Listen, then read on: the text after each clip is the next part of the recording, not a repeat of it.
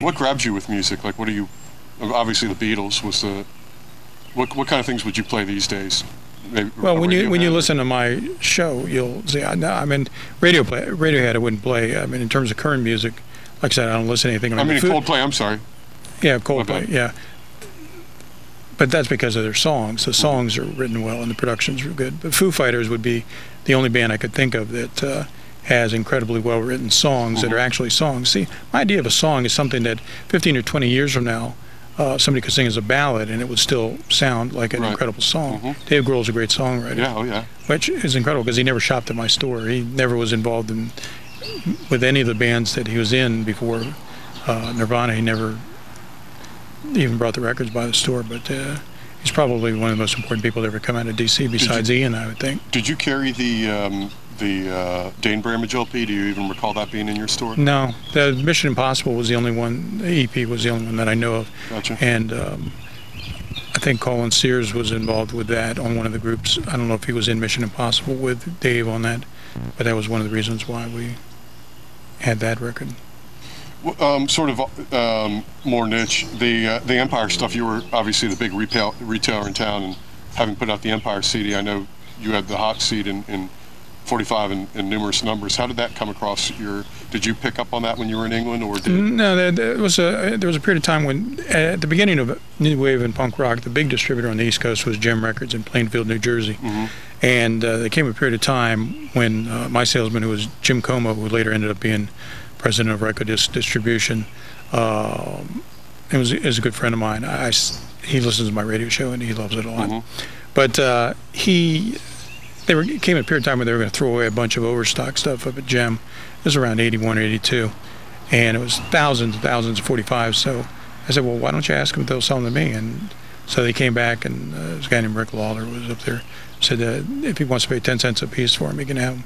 So I bought thousands and thousands of 45s. There was a band called Jolt with a record called You're Cold on Polydor. It was a punk jam type sound. I had hundreds of copies, most of which were bought by Kenji, who brought them back to Japan and sold them for $40 dozens, probably $40, $50. He cleaned me out of them. I mean, by the time I shut the store down, I didn't have any left of that. But Some Chicken 45 on Raw was another one. I had hundreds of copies of that. But each week on eBay, I still sell 5 or 10 singles from that batch of stuff. I've got most of it down in my basement. Scars 45s, Music for Pleasure 45s, a lot of Nightingales 45s. It was just stuff on small labels that they couldn't return. Most vinyl at that point in time was all sold on a one-way basis, so it was either thrown in the trash or trying to get some money out of it. So so time was probably good for them, and obviously it worked out good for you. Now, you know Tim Harris? I'm going to say I don't, and I probably know him. Well, he sets up at Arbutus. He's a big, heavy guy with a beard. The reggae guy. Reggae guy. Yeah, I know. Well, he worked for Ross Records for a number of years, and a friend of mine named Steve Pemstein worked there as well. And Gary Himmelfarb, who was the owner of the label, there came a period of time when they had put Scream out. Now, why they put Scream out on Ross Records, I have no idea. Yeah, no more censorship. But yeah, they put out that album with Dave Grohl on it, and it wasn't selling. So Gary said, "I'm tired of seeing these albums around." He told Tim to get rid of them. Tim took some for himself, had Pemstein throw all the rest in the dumpster. Hundreds and hundreds of albums of that, copies of that album. And I told Pemstein, I said, why did you not bring them to my store? You know, I would have at least given you $1 a piece for them. He said he just didn't think of it at the time. And of course, you know, now it's a $20, $30 record at least. The trash has got to go. It's got to go. Well, I try not to throw anything away. Yeah, well, I don't either, and I'm single, so what's your secret? So, were you going to many gigs, like the late 70s? Were you hitting the DC space much? No, I've never been to DC space other than for a couple punk things. In the early days, I'd go for a lot of the shows, but... What were some shows you and Kim checked out that you the main thing was that we saw Teen Appeal at a show, and we were both seeing them for the first time, and we were blown away by Rudy and Deb.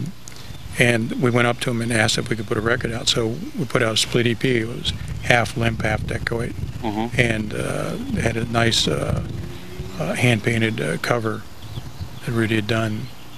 It's called More Than Good Looks. That was one of the more successful things we did. I think there were only 500 made of that, and I think there were far less covers made. So I still have a couple of 45s that have no cover. Gotcha. Check eBay, right? Well, I don't run them anymore because I'm down to my last one or two. So,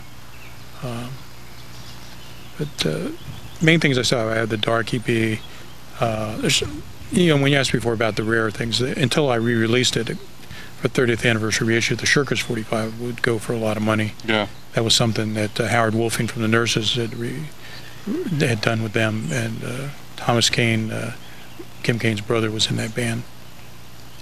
There were 500 of that made of one sleeve, 500 of the other sleeve.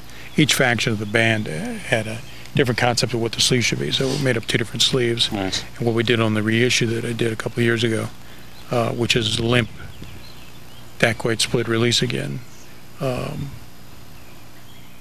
we put the original covers on the back side and have new covers. And again, it's 2 different covers. They're all numbered, and they're machine numbered, so it looks pretty nice.